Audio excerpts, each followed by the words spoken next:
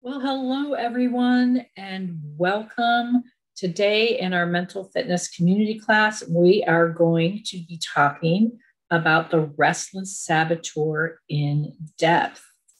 And before I go further, I want to just remind you that this is all from the book Positive Intelligence by Shirzad Shamim. Everything we're going to be talking about is created by him in his book and his program. And I am a PQ certified coach through his program. And I run positive intelligence boot camps and am a mental fitness positive intelligence coach. So let's talk about the restless saboteur. We're going to go over today how the saboteur develops, the characteristics, the thoughts, the feelings, the justification lies, and that's the voices in your head that tell you that you need this saboteur, the impact on self and others, and coaching yourself to intercept the saboteur and shift. So let's start with how the restless saboteur develops. So usually the restless saboteur comes from children who are naturally open and curious and spontaneous. They're those effervescent kids who are just laughing all the time. They have contagious enthusiasm. They have this joyful appreciation of life. They're capable of great productivity and creativity. They're energized and engaging others in co-creation. They're capable of a great breadth of activity and pursuits.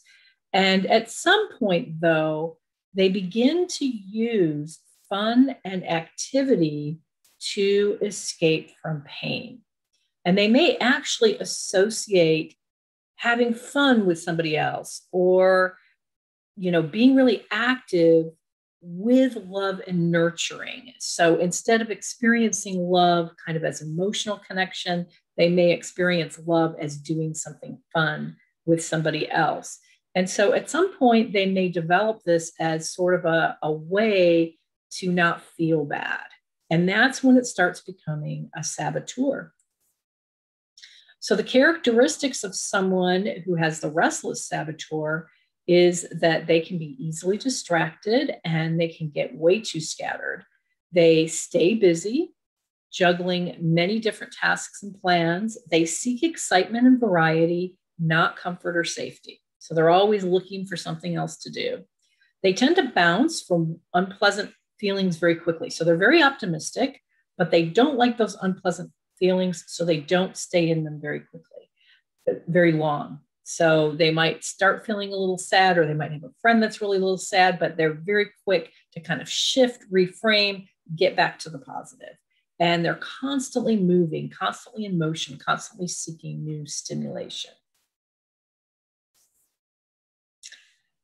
The thoughts of someone who is hijacked by their restless saboteur is that they have a really hard time focusing on what's right in front of them. So instead of reading this book that is really interesting, as soon as the book gets opened, then there are these restless thoughts that, maybe this book isn't really the thing I want to be reading. Maybe there's something else that's more exciting. This probably isn't feeling fulfilling enough. Maybe there's something else I should be doing that's more fulfilling.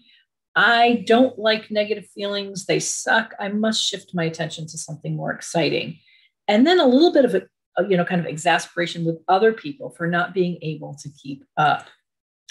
The feelings, so the negative feelings that someone with a restless saboteur can have is generally comes out as impatience, just they can stick with something for a little while, but then they just start feeling really restless, feeling really impatient, wondering what's next, really having a hard time settling in and listening to somebody, especially if they're rambling on. And they're always wondering what they're missing out on if they're spending too much time on one thing, wanting more and more options, and worried that focus on any unpleasant feeling will grow and become overwhelming. So there's kind of this fear of, if I allow myself to be sad, I'm going to be overcome by the sadness. If I allow myself to kind of go down this negative path, it's just going to take over. So there's a little bit of a fear of negative emotions, especially boredom. And there's also at work, there's this thing where you have a hard time prioritizing because as soon as you decide what you're going to focus on, you begin to worry that some other ball is going to drop somewhere if you lose track of these other things while you're focusing on what you're focusing on. So it makes it really hard to be 100% in focus or concentrating on one thing. Just to give an example, I was coaching somebody recently, and they were almost in tears because every time they try to focus on one thing at work, they just get this distraction in their head and these worried thoughts that there might be another ball that's going to drop somewhere else. And so then they end up shifting their attention, and they get through the whole day and nothing's been complete. So that can be kind of a really painful situation for someone who's hijacked by the restless saboteur. So the justification lies. So this is the part of your brain that tells you, yes, but this is the way to be. It's kind of this attitude that life is short and it really must be lived fully. And if I'm not living my life really fully and reveling in all the joy and experience of life, then I'm going to be missing out and I'm not going to be living a worthwhile life. So if I spend any time on unpleasant feelings or doing something boring, then I'm actually wasting my life. And I don't want to waste a moment of my life. So I want to divert my attention anytime I'm in a situation where I'm feeling negative feelings or I'm feeling bored.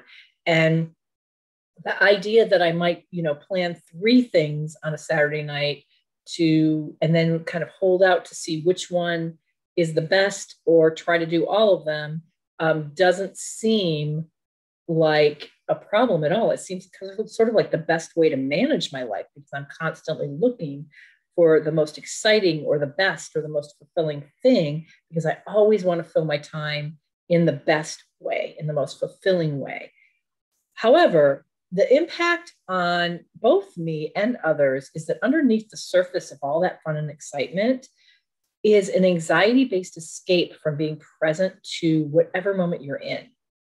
So while the restless saboteur sort of promises a full life with a lot of engagement and joy, because it never allows you to actually enjoy what you're with in any given moment, it actually sabotages your joy.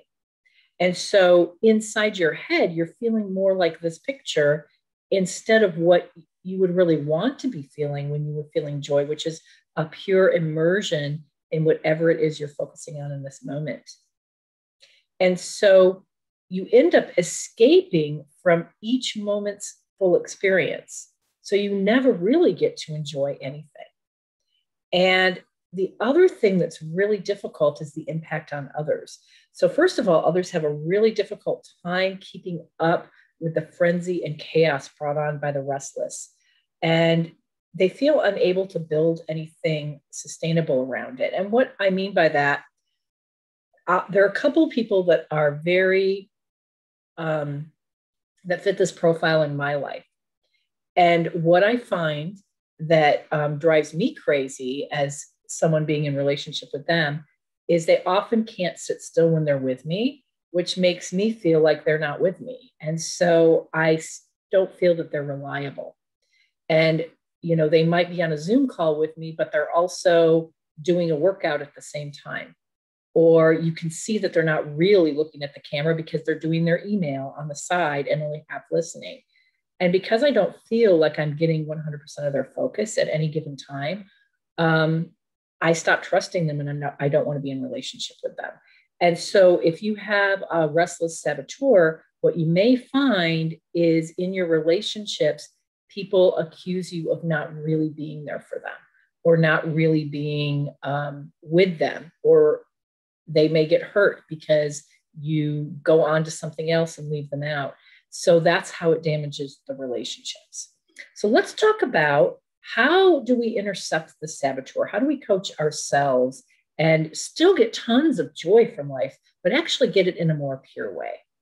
So one of the best things that you can do are PQ reps because they bring you present with the current moment. So when you're feeling restless, stop, do PQ reps, enjoy what's around you. Anytime you feel negative emotions, stop. So because the strategy of the restless saboteur is to use busyness as a distraction and escape from dealing with anything, what the best antidote is to stop Acknowledge your feelings, allow yourself to feel them in your body. Don't be scared of them, and know that you're great at reframing. You're great at moving to optimism and positivity, and experiencing a negative emotion or a negative feeling or a moment of kind of excruciating boredom as you're trying to focus and move through a hard part of a project is not going to hurt you and is actually going to make you feel better, because the experience overall is going to be better. So constantly do PQ reps on the sensations of the emotions, especially the negative ones, so that you can feel centered and still kind of free from going down that path of negative emotions. The other thing is to really become fascinated with the ordinary. Find the joy in the ordinary. So you can constantly be looking at things like a leaf or a piece of lettuce in your salad, or what the water feels like on your skin in the shower, the sounds of the shower, the sounds of birds, the sounds of your breath. When you're eating, just really taking each breath and savoring every moment. Now, meditation is becoming really popular. Many people who are hijacked by the restless saboteur have a especially hard time sitting still for a long period of time. And that's why the PQ rep in the positive intelligence program is so helpful, because you really only have to sit still for 10 seconds at a time. So kind of practicing sitting still for 10 seconds at a time is an awesome practice that is especially helpful for someone with the restless saboteur, because it does get you in that moment and it allows you to feel pure joy, which is what you're really after. The other thing is, it's really hard to convince many people who have the restless saboteur that multitasking is actually not productive, because it feels so productive and it feels so slow and boring to do things one thing at a time. But there's tons of neuroscience evidence now that multitaskers are actually very terrible at multitasking. They're terrible at ignoring irrelevant information. They're terrible at keeping information in their head. They're terrible at switching from one task to another. So it's a grand illusion when you're multitasking that you're actually getting more done. You're usually actually getting tons less done, and you're doing your work in a much lower quality way.